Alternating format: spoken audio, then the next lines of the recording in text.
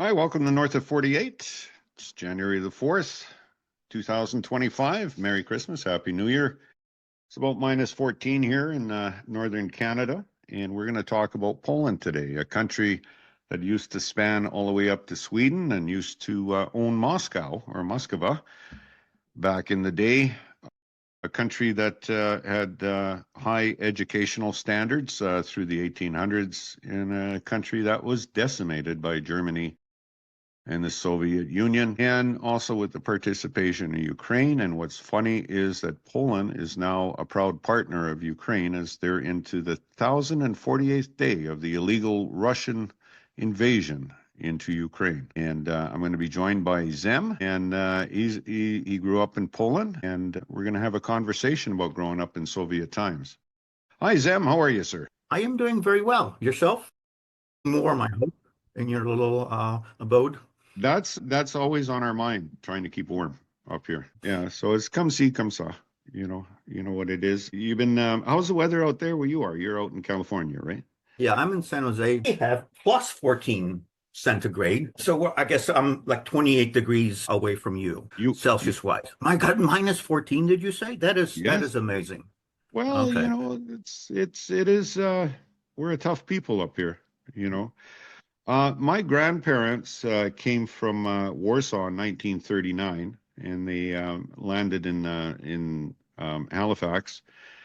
And then Canada had a plan for the farmland where if you could do a quarter section, tree it, it was yours, and you contribute to the economy. And that's how my dad's family came to the country from Poland. So it's fascinating to be able to talk to yourself. So I appreciate it. I have a weird recollection of the money they brought over at the time, all different colors with roosters on it. Things have changed, right? Because I had some Polish money from 1917 and stuff in the house. So I give it away to the grandkids, in a little plaque there. There you go. Don't spend it all in one place, right? Zem, you were born in Poland, and you were there till you were about 13, as I understand it, right? What are your memories stretching back? I know now you living in the US, you have a different view of things, but back then, growing up in Poland, can you tell us a little bit about what it was like? Well, I think some people have the impression that the entire Soviet bloc was sort of a prison in a way. As a child, I was always politically exposed. My father listened to Radio for Europe all the time. So I was very well versed in foreign affairs, even as a child. I mean, I am sort of a wonk in that aspect. But I have to tell you that Poland was basically benign. In the 70s, Poland was one of the most, if not the most benign Eastern Bloc dictatorships. Now, of course, it was an authoritarian state. There was censorship, right? But for example, one thing you could do if you were Polish is travel to the West quite extensively. And that ties me into your podcast and your latitude. Because the first country I visited on vacation, and that country is called Canada. My father, on several occasions, he was a professor of computer science, and he always made these trips. He's been to England a couple of times as a lecturer in the late 60s, mid 70s. And in 1978/79, during that academic year, he got a gig at the University of Waterloo, Ontario. And so he invited my mother and myself on vacation, which also tells you about the sort of relative prosperity, right? I mean, we were not prosperous by any stretch of the imagination, but we were also not piss poor, right? We could afford a round trip ticket to Montreal and then on Air Canada to Toronto. I have very fond memories. Canada is the first foreign/Western country that I saw in my life. And it has become a reference point for me as the first country that I saw. 2 years later, I moved to suburban Detroit. My father got a gig at this really shitty college called Oakland University in suburban Detroit. And when you do this, you involuntarily compare this new homeland, the US, with Canada. And the comparison was usually unfavorable. Many years later, I remember George H.W. Bush pleading with Americans to make a kinder, gentler America. And I always thought, Well, there is such a place already. It's called Canada. I have it because maybe I'm over exaggerating it. I'm sure many countries have their weirdnesses. I was only there for a month, but it's basically a reference point for me. But I'm bringing this in to illustrate the fact that I as a child, 11-year-old child, and my mother could get a passport, could get a visa, hop on a plane. It was an Ilyushin 62. It was not it was a Soviet-built plane, but still, we made it to Gander to refuel. Then we went on to Montreal, and we could do this in the People's, Republic of Poland in 1979. So it is not sort of a barbed wire, North Korea type situation. I think North Korea would be sort of the opposite of People's Poland in many ways. So it's not, it was not as terrible as some people might imagine, definitely not in the 70s. Back then, Poland joined the International Monetary Fund, which apparently Gierek had to sort of convince Brezhnev to allow him to do this because the IMF is a US, it's an American post-World War II Bretton Woods institution, right? The IMF and the World Bank designed to create stability, to sort of forestall further communist expansion, right? And here's the People's Republic of Poland joining this thing, right? And at some point, the leader at the time said to, I think it was Valéry Giscard d'Estaing, the French president, that Poland had no political prisoners. And in the mid-70s, that was correct. After the Helsinki Accords, which was, I think, 75, what would happen is they would, arrest some people and then release them after 48 hours. So it was harassment, definitely. But they were not, they sort of played along with this whole Helsinki model, So they harassed them to the extent that they could, but then basically they left things alone, And so Solidarność, when that came around in 1980, it was actually a culmination of the improvement of conditions, not the worsening. I think Henry Kissinger made that observation that, rebellion or any sort of revolution occurs when conditions improve, not when they worsen.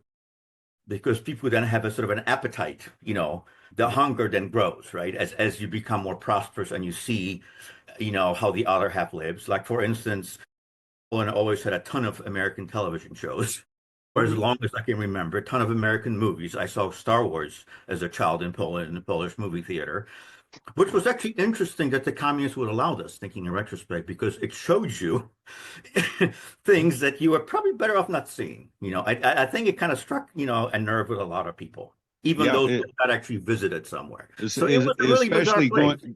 especially going against the empire, right? Yeah. Star Wars. Yeah.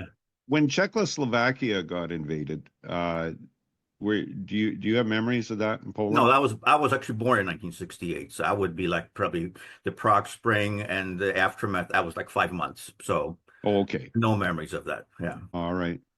Well, how were goods and stuff like butter and bread and stuff? Was that plentiful? Yeah, It wasn't like in Russia itself. that's I have to actually differentiate that as a function of time. In the mid 70s, you could actually get everything you needed. There was always a problem with meat, and people would queue up for meat.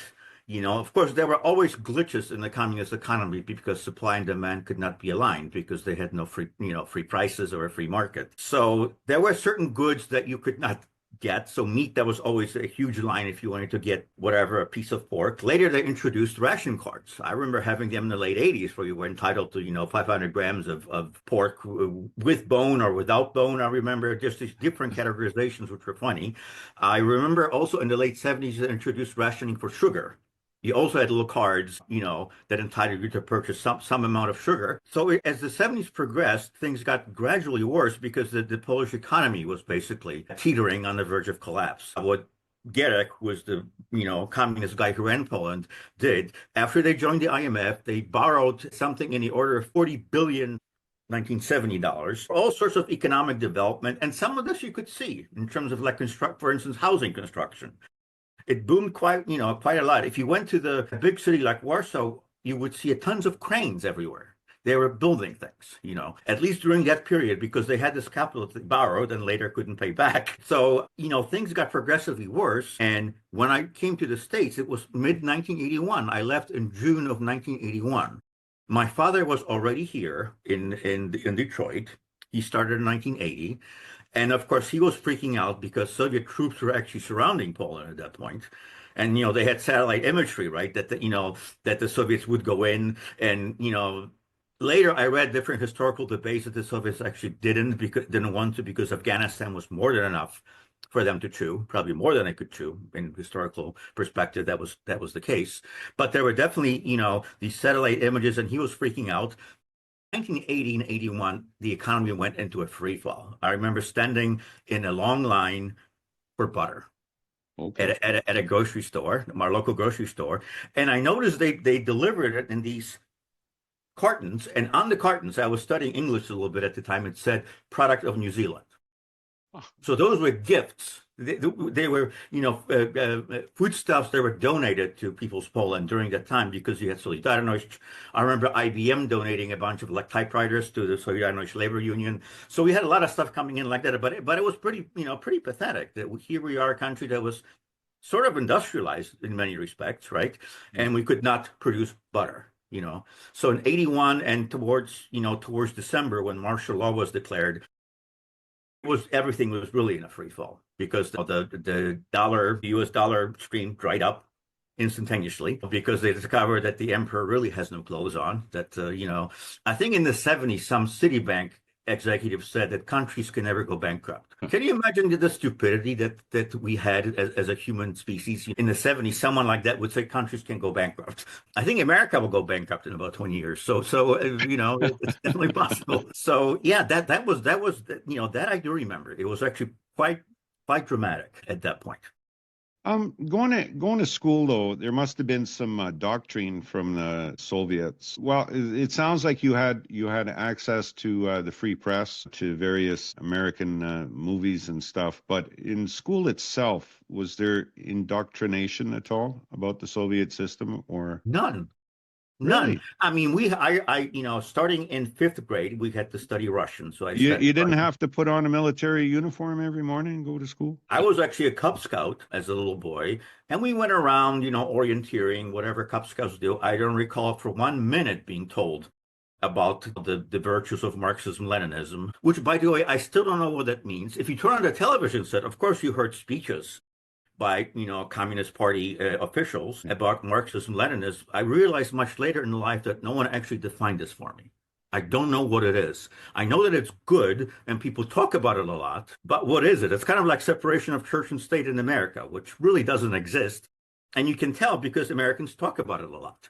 If you talk about it too much, then the lady doth protest too much, right? And you know that something is off. But no, as a child, I really don't recall this. Now, if you go into high school, I don't know what changed there. I think I met a friend of mine later, and he said he had some sort of social studies stuff type thing where they were discussing American hegemony, which I guess, these days you could go to UC Berkeley and get the same thing, probably even worse, So, there was some indoctrination, but nothing, nothing sort of out of the, nothing cosmic or unimaginable. So as a child, no, there was the official television. Of course, there was press, which again had the reputation of being relatively free.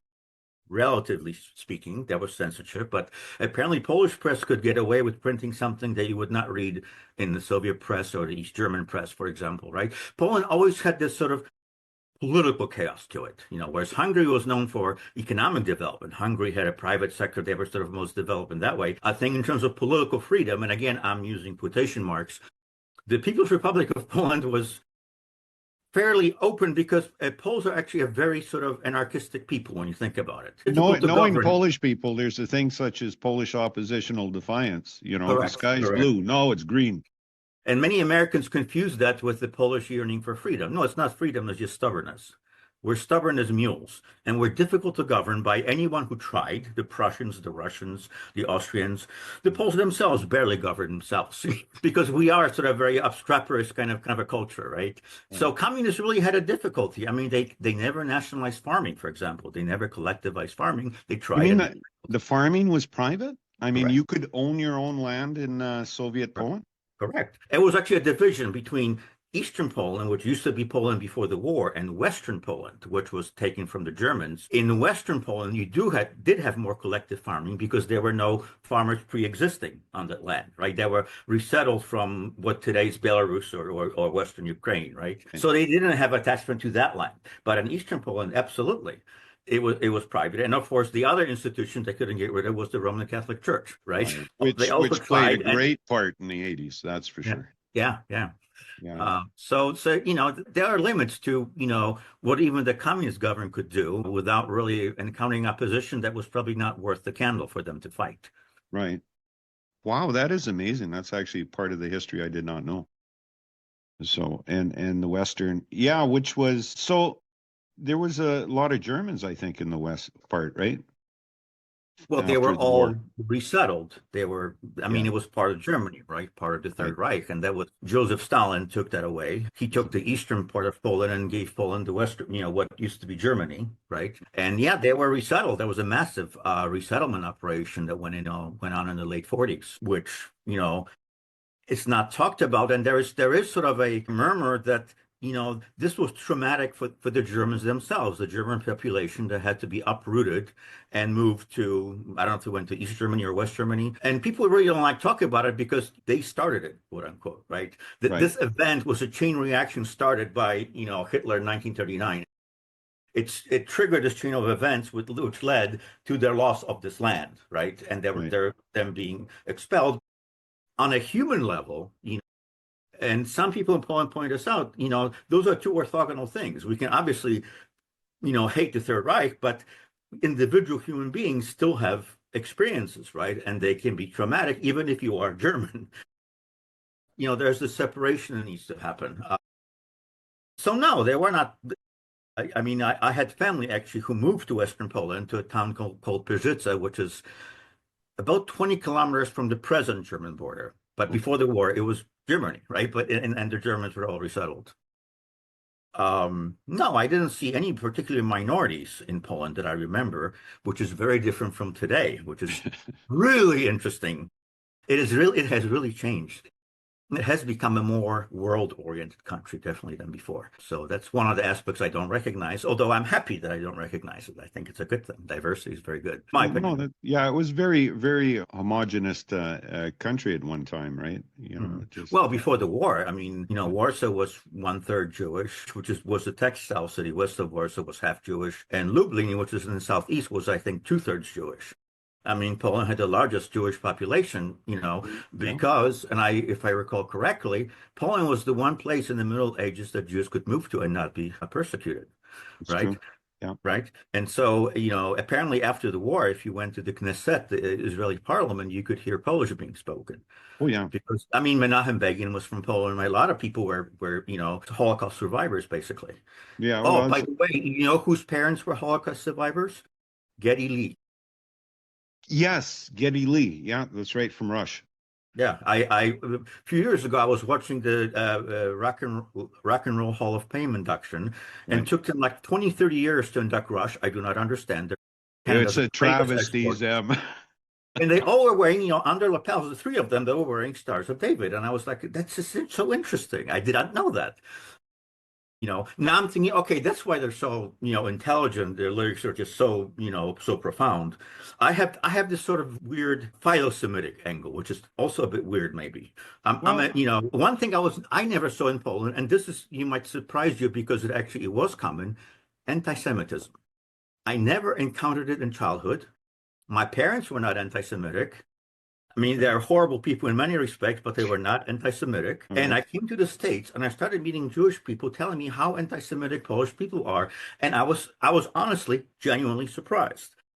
In the late 80s, I moved back to Poland and okay. Now I see where you're getting this. Yeah, there are anti-Semites in Poland. I was just lucky not to interact with them. Right. There Well, is it was the good. Jewish Polish freedom fighters that actually helped create the state of Israel. Correct. They were trained in Poland and went to Israel, and some of them wanted to come back when the Germans came, and the government said, "No, just stay there, do your thing." Well, I don't know how much the Yeah, I government mean, there was was involved. Yeah, after, the Soviets made up with Poland after Hitler attacked during Barbarossa, right? They had this Right. section of the Polish army called the Anders Army. Anders is the name of the general. And they actually went through the Soviet Union, through Iran, through Levant, through Israel, and then they went to Italy, where they fought on the Italian front with the Allies. A lot of these people were Jewish, including Menachem Begin, who stayed in Palestine.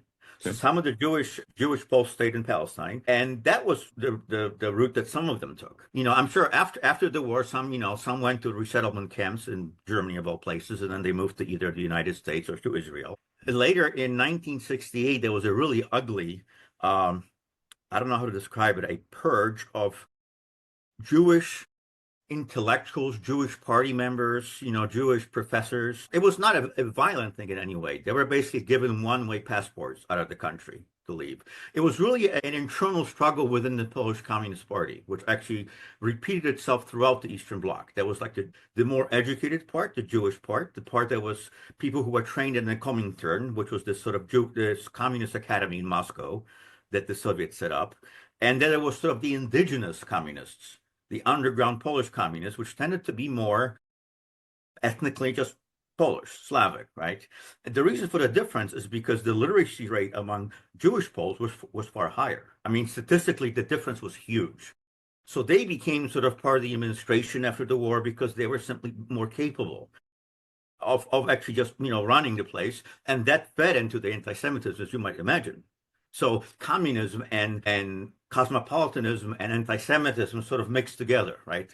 The evil communists were the Jews and the Jews were the evil communists. And it kind of blew up in 1968. And it was an internal sort of fratricide within the Communist Party. It was not like people were going around killing Jews. In 1948, there was this pogrom in the town of Kielce, and that was a real pogrom, where there were still Jews, and it was just absolutely horrible. It's a horrible stain on Polish history. Later, people made excuses. Oh, it was the Communist Secret Service that sort of goaded these people to do it.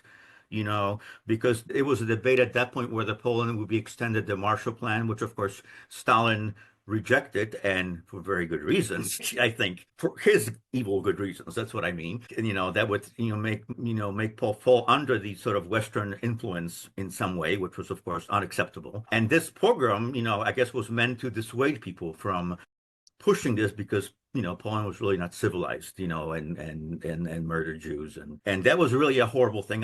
To my knowledge, it was not really replicated. I do not know of any other pogroms at the time, which doesn't mean they didn't happen, but I do like historical facts instead of assumptions that some people may make.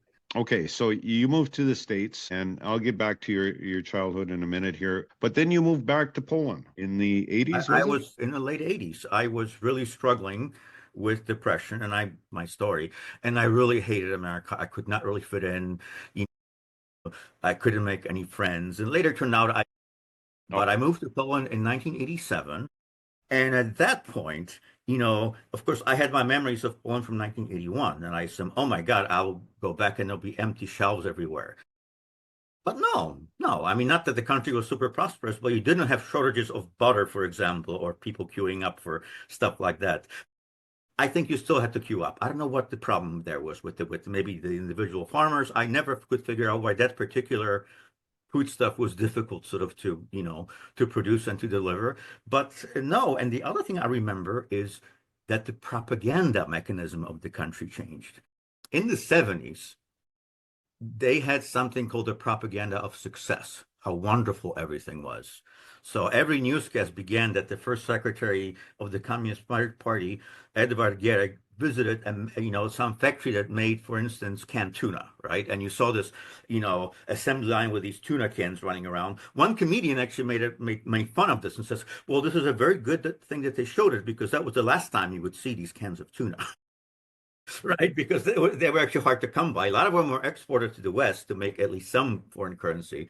So, there were jokes about this, right? But there was this propaganda of success. Everything is wonderful. In the 80s, people basically bitched all the time.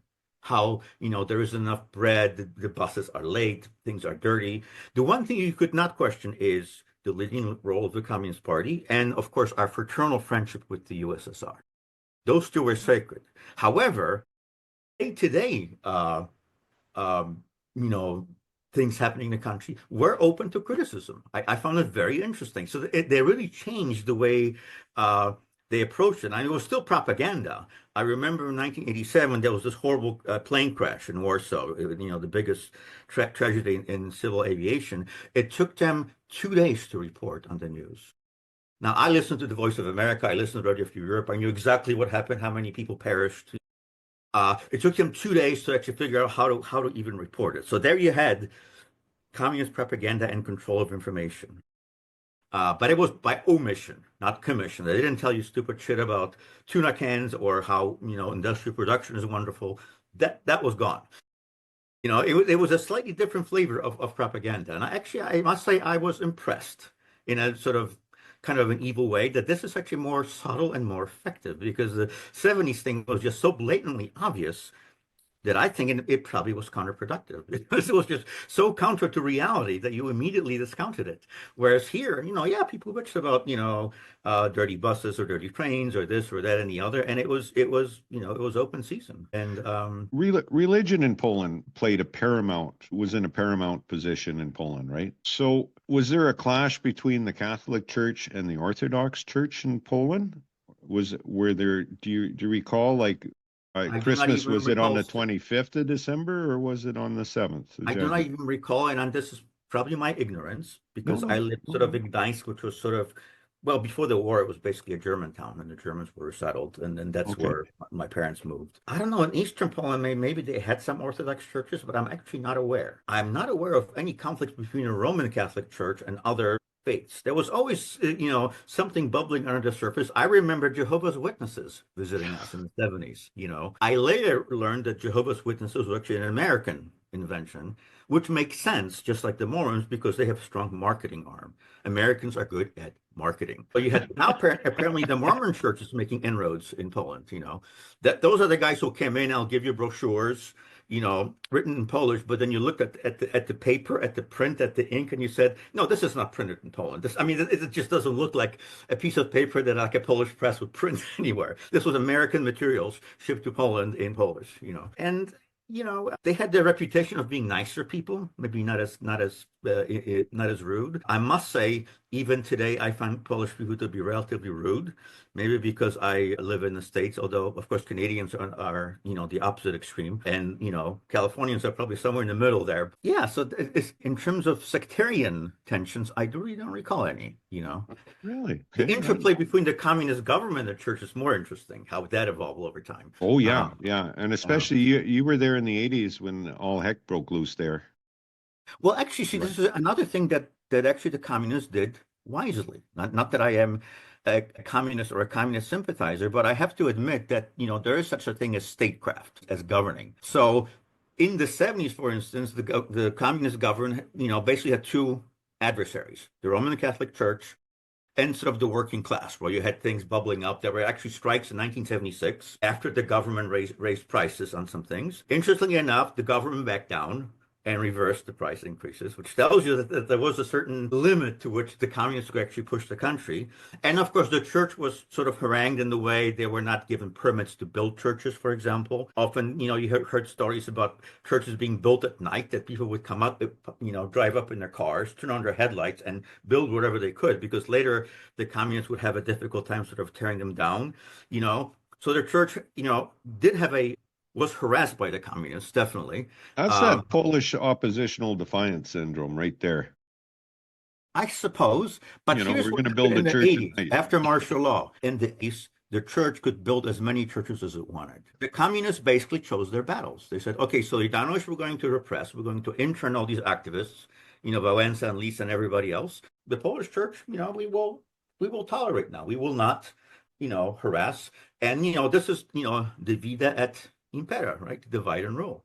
And it was successful. The church really disconnected itself from, sort of the woes of the Polish working class. To them, sort of martial law was not as serious as it was for the ordinary Paul, which shows you what the Roman Catholic Church was and is to this day. Like their stance on abortion these days. I mean, I again, I don't want to proselytize. Well, there's, I guess, just one more person online. I'm, as I said to you earlier, an atheist, and I do not like institutional churches. I can tolerate individual religiosity and spirituality. If you go to church, if you believe in God, I do respect it.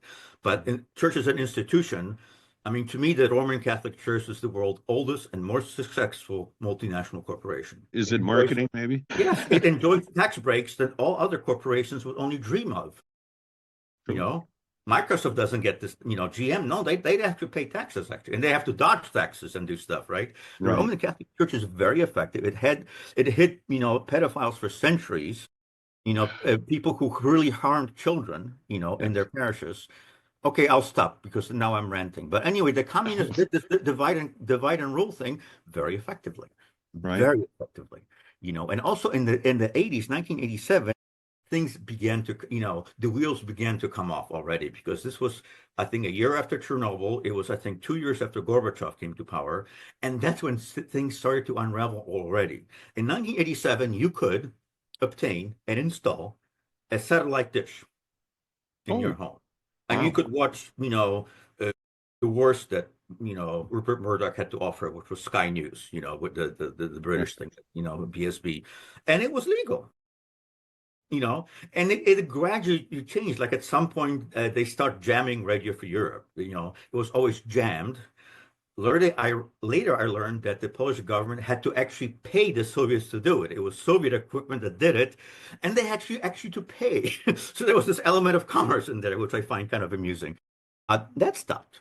Then you could get modems. Then in like the 87, 88, you could see independent publications sprouting up, which were sort of cultural in nature, but still kind of edgy, not anti-communist. And then, of course, we had the Round Table Accords. The Polish thing was very gradual. It was very gradual, and I lived through it. In 1988, we had strikes in colleges. I was at the university there. We had like an occupation strike. Nothing happened to us. We were not shot at or arrested or any of that, right? It lasted several weeks, then we left.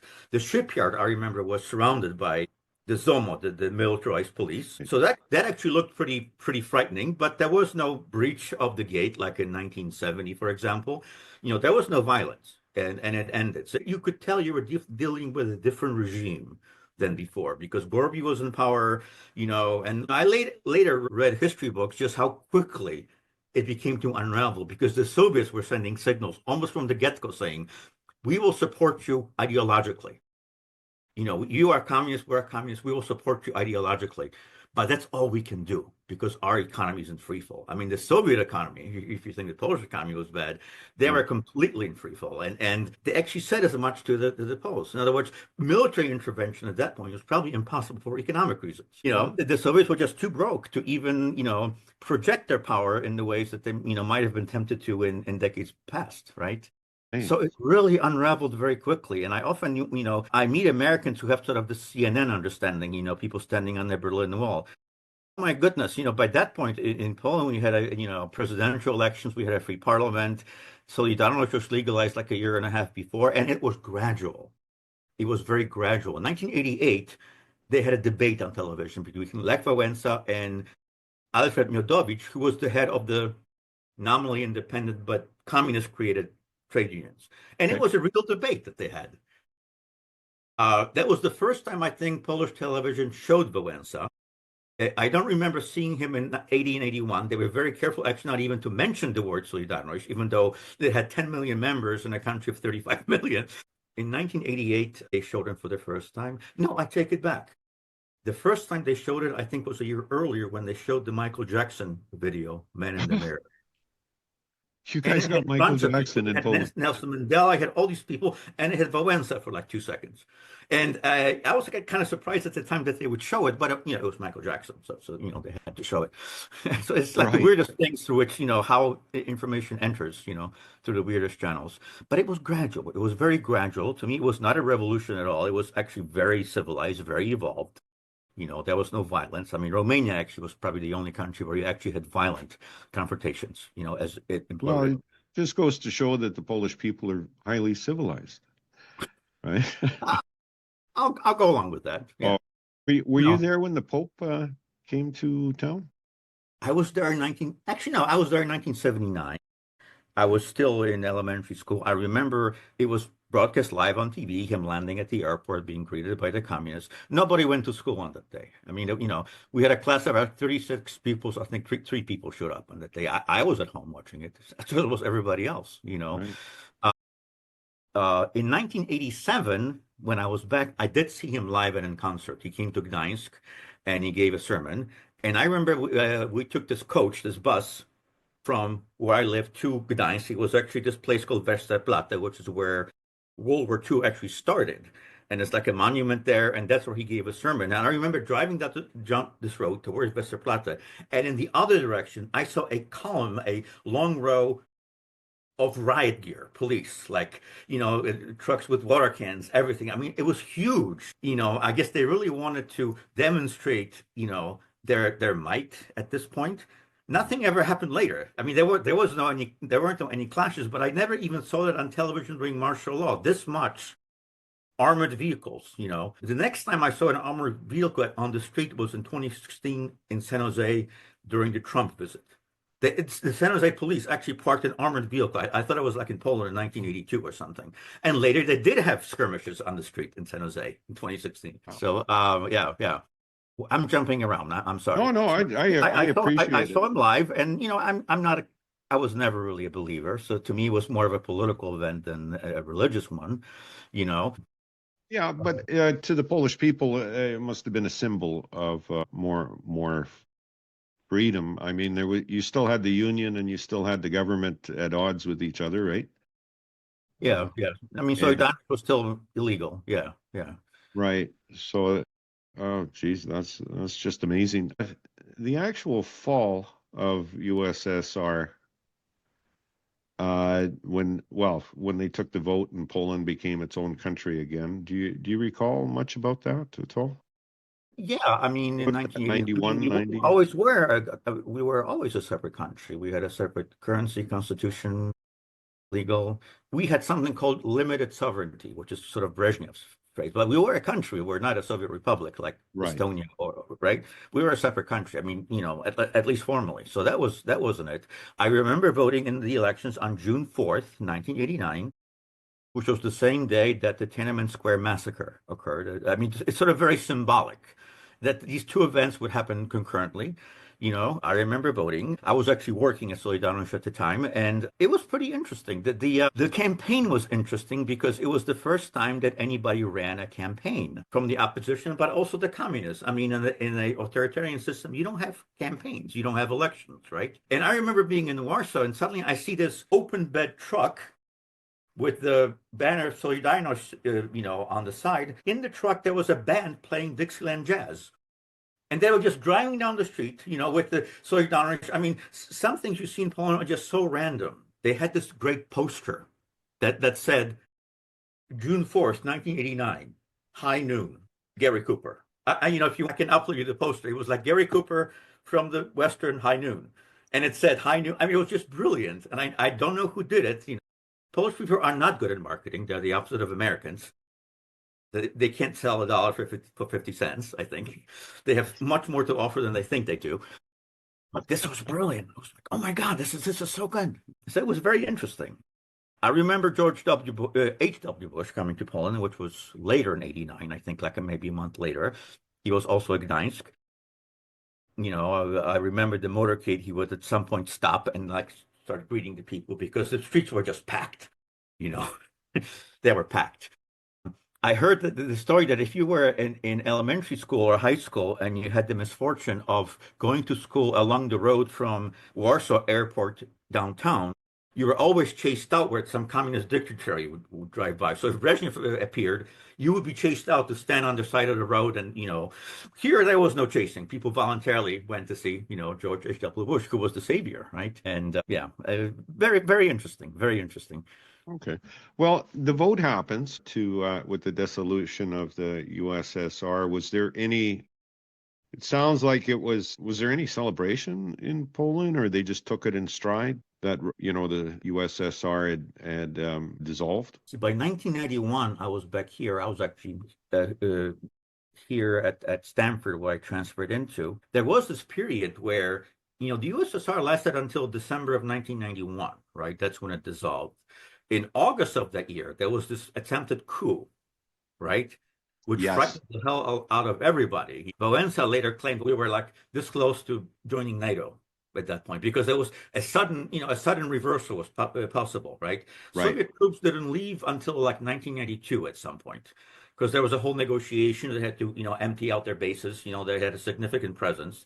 Right. I guess they had 4 divisions. Also, fun fact, in my childhood in Poland, I saw exactly one Soviet soldier, one, and one Soviet vehicle. They did not make themselves, visible because they were not really welcome and they knew it. I mean, they were not really pushing the envelope too much, right? They were there. Everybody knew that they were there. I lost my train of thought again. I'm a bad podcast guest. I Oh, yeah, apologize. you're a wonderful guest and a friend of the podcast, so I appreciate it. So we were just talking about the dissolution. So were your parents still alive? Did they have any comments or any of your family? Well, my parents were divorced at that point. My mother was and still is in Poland. My father remained in Michigan. He's still alive, but barely. So they basically divorced, and they hadn't spoken for 35 years until like last year, which is just Oh, bizarre. good. That's Yeah, wonderful. yeah, Yeah. yeah. Were there any comments from the family Well, about no, Russia? we were, obviously we were very happy that things were going like this. There was always this tinge of everybody was repeating this Chinese curse, may you live in interesting times, right? Yeah. Right. Yeah. I mean, I remember the Also hyperinflation. known as a Polish proverb. I thought it was Chinese. I It never is heard. Chinese. It is Chinese, but I think the Polish took it as well. So, Maybe. Yeah, I remember mm. the hyperinflation definitely in like 1990. I mean, it was crazy. I was working at the time at Solidarność, and my salary just grew, which meant nothing. It meant absolutely nothing. I made, I think, about $35 US per month. If you took the money I made and used the black market conversion rate Right. from zlotys to dollars, I was making $35 a month. My mother, an ophthalmologist, I think was making a little bit more, but not very much. Wow. It was absurd. I mean, it was just absurd. That one, that's the one thing they had to actually get a handle on when this guy Balcerowicz, the finance minister, came in, and they succeeded in squashing inflation. Then they changed the currency over, I think, 2 years later. They cut three zeros basically out of it, and that's the currency they still have. So yeah, it was nuts. It was nuts, but it was all peaceful. It was Right. it was uh because I mean that's the other observation I had when I came back in '87, that this is an authoritarian country tinged with anarchy. I don't know how to describe this. We had a dog, a beautiful Cocker Spaniel in the States that we decided to bring to Poland, right? So when we were still there, we contacted the consulate in Chicago and said, okay, what do we need to do? Well, you need to, quarantine, give them the vaccination, and then we did. We had all this paperwork and we show up at the airport in Warsaw, and we show it to the customs lady, and she gives us this blank look and she says, what is this? Does your dog bark in English? I mean, I mean, to her, it was absurd. Why would we even present her with this paperwork? It's a dog on a leash. It's a dog. It just doesn't care. I later learned in 1983 when Miles Davis came to Poland to give a concert, which, Well, by that the must way, have been nice. they waved him to the airport, basically. I mean, it was like, and everybody had buttons, including the customs people that said, we want Miles. Somebody made those buttons and everybody had them, and they just basically walked right through. I mean, Poland is crazy. And when he got there, he had a limo. He was driven around in a limo, which was, I think, the only time in his life that this happened, because jazz musicians are not very well respected in the US, certainly. I don't know Right. about Canada.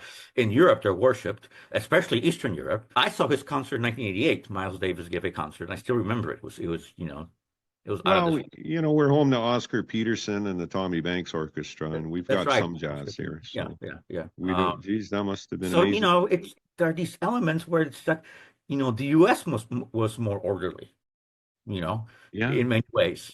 I remember having this really bizarre experience, and you'll laugh at me at this. I was visiting my aunt who lived about 200 kilometers from Gdańsk, and I wanted to take the train. And I made it to the station very late. People were already boarding. So what you can do in Poland, at least, maybe via rail as well, I flagged the conductor and said, okay, I'm boarding the train, come and sell me the ticket. And then I would have to pay a surcharge, right? So I get on the train. The train goes from stations. I reach Gdańsk. I get off the train. No conductor to be seen. I paid nothing. You know what my instinct said? Go to the train station and buy a ticket. I didn't do it. And when I told people later, they laughed at me. Said, "You got to be fucking kidding me! This is like a state railway. Who cares? If you buy tickets, But that was my Mhm. 5-year-old Michigan mentality. That you buy tickets to, ride on a railway or bus or whatever. And here I was. That's what Poland was like. It was like this car with the wheels coming off all the time. It was nominally communist, and the official doctrine was there, but if you looked around it every day, it was like a failed Latin American state of some sort. I don't know how to describe it. I visited Nicaragua many years later, and it reminded me of Poland. It was kind of Oh, just really? everything was kind of tentative. I really don't know how to describe it correctly, but yeah. Well, just to drift back for a second, Warsaw was pretty well completely demolished during the Second World War, right? And Yeah. you were saying you've seen nothing but cranes and a lot of In the construction. 70s, there was a lot of construction.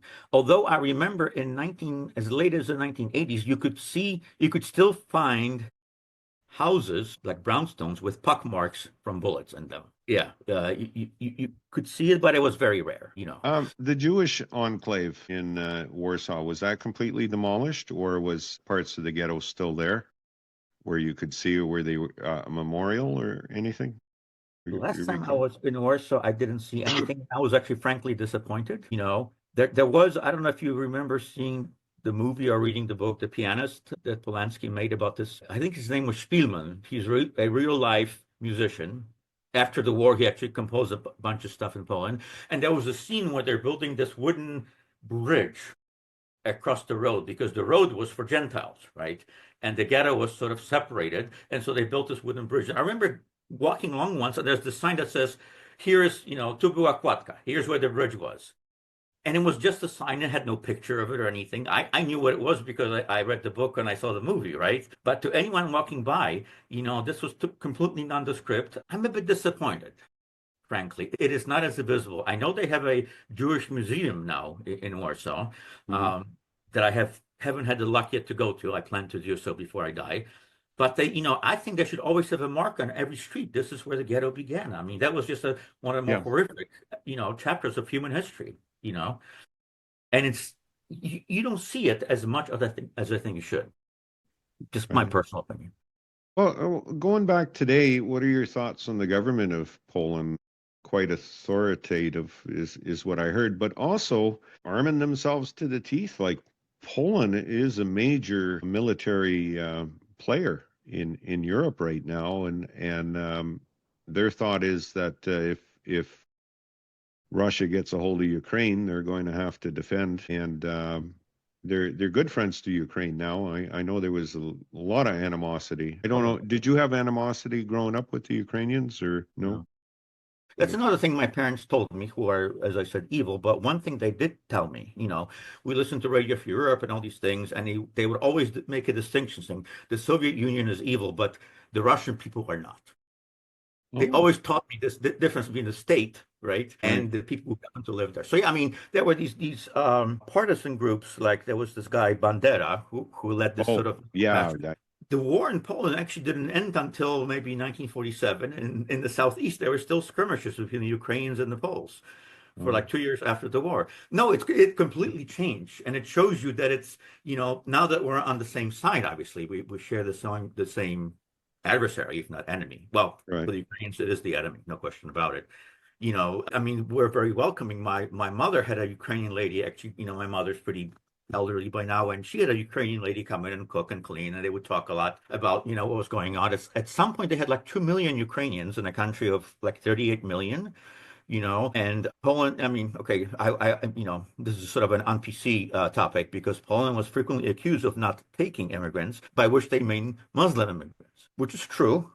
And I don't will not say anything beyond the fact that as far as elections, we did have the sort of right-wing leading government, kind of like in Hungary, but they lost the last parliamentary election. The turnout in the election was the highest it's ever been. It's higher than in 1989. The overriding issue, apparently, from the exit polls was abortion, which makes it very similar to the midterms that we had in America 2 years ago after the Supreme Court Dobbs decision. But now Fair we have a enough. different government. We have this guy, Donald Tusk, who used to be the president of the European Commission at some point. He's like potty trained, unlike the other guys. He's actually a world leader that people respect. Because the other guys, you know about Viktor Orban because he speaks English. Right. You know, his idol is Margaret Thatcher. He studied at Oxford, right? Jarosław Kaczynski, who ran the Peace Party, I mean, he's a nobody. He barely speaks Polish. If you listen to him speak Polish, he kind of lisps along. You know, I shouldn't make fun of how people speak, but he's not, he's not presentable to Poles even, let alone, along the outside world. So you could never name who are in Poland. You could name Orban. People always could, but not the Polish guy. But they're gone now. I mean, the margin of victory was small. They're having presidential elections this year. The guy there is still the peace guy, the right-wing guy, but well, he's terming out. This is his second term. He cannot run again, so they'll have to have somebody else. So this is open for debate. So that's actually Poland has turned the corner in some way, which the Hungarians have not yet. Although I think they have regressed much more in terms of propaganda and just limiting access to independent media. The Poles tried. There's this independent TV station, TVN, and the major stakeholder is Discovery Networks, which is the American conglomerate. And the government did try. The previous government did have this idea. They call it Polonizing the media. So the media should be owned by Polish people. Diplomatic blackmail that happened, but they reversed course so quickly. That's one instance. The other instance, I don't know if you remember, this past government passed this law that says if you're doing historical research, you are not allowed to claim that Polish people took part in the Holocaust, that participated in, executing or enacting the Holocaust. That was a law that they passed. And again, they reversed this law in one day. Lower house of parliament passes it in morning. The Senate passes it in mid-afternoon. The president was on a state visit to Latvia. He signs it digitally late afternoon, and it becomes law. It's reverted. So legislation can move very fast, actually, if you want. You can get it done in a day. If the superpower like the US steps into you. So you could say in some way that Poland also has limited sovereignty, although I know this is being biased, but America is relatively more potty trained than Poland is, relatively speaking. Not as potty trained as Canada, but more than Poland, right? So usually these influences, I think, are for the better, Right. Do you have any thoughts on how Poland is going to be in the next couple of years? Like a stable country, still a free country, more militaristic, or what are your thoughts on Poland going into the century here? Well, the previous government has really turned the television, Polish television and radio into a propaganda arm. I think what they did currently is they forced them into liquidation or bankruptcy. Hopefully someone will privatize this thing. One of the biggest problems in Poland is unfinished privatization, because that leads to cronyism. The previous government, they will build their power base by giving people nice gigs running, for instance, the petroleum company or some other state enterprise that exported steel or coal or you name it. And of course, they had to stay loyal to this person, to the government, or else they would lose that nice little, sinecure that they had, right? So privatization is crucial. And I think if they privatize radio and TV, I haven't heard them talking about it, but I think that's the only way to sort of insulate yourself from the moral hazard of propaganda. And you can see here that Poland doesn't really have the culture of it. Obviously, the communists did it, but now you had the anti-communists do it too. So Poland, is not England. Polish TV is not the BBC, which even then there I hear complains that they're left-leaning and whatnot, right? But I think people do agree that it's independent. How is the CBC viewed in Canada? Do you think it is? Now I'm asking you a question, but I'm just curious. Yeah, that's a loaded question. It fairly well is independent, but it does have some government. The government can suggest, and the CBC will take that into account. They have been independent for years. I know our right-wing people who want to take over the government, they want to just quash CBC and get rid of it, which I don't like that idea. I like to have an independent news, but that's Canada. So it's not Poland. Zem, this has been a fascinating conversation. I have learned quite a bit. And Yankuyu, I appreciate it. Thank you very much. And you take care.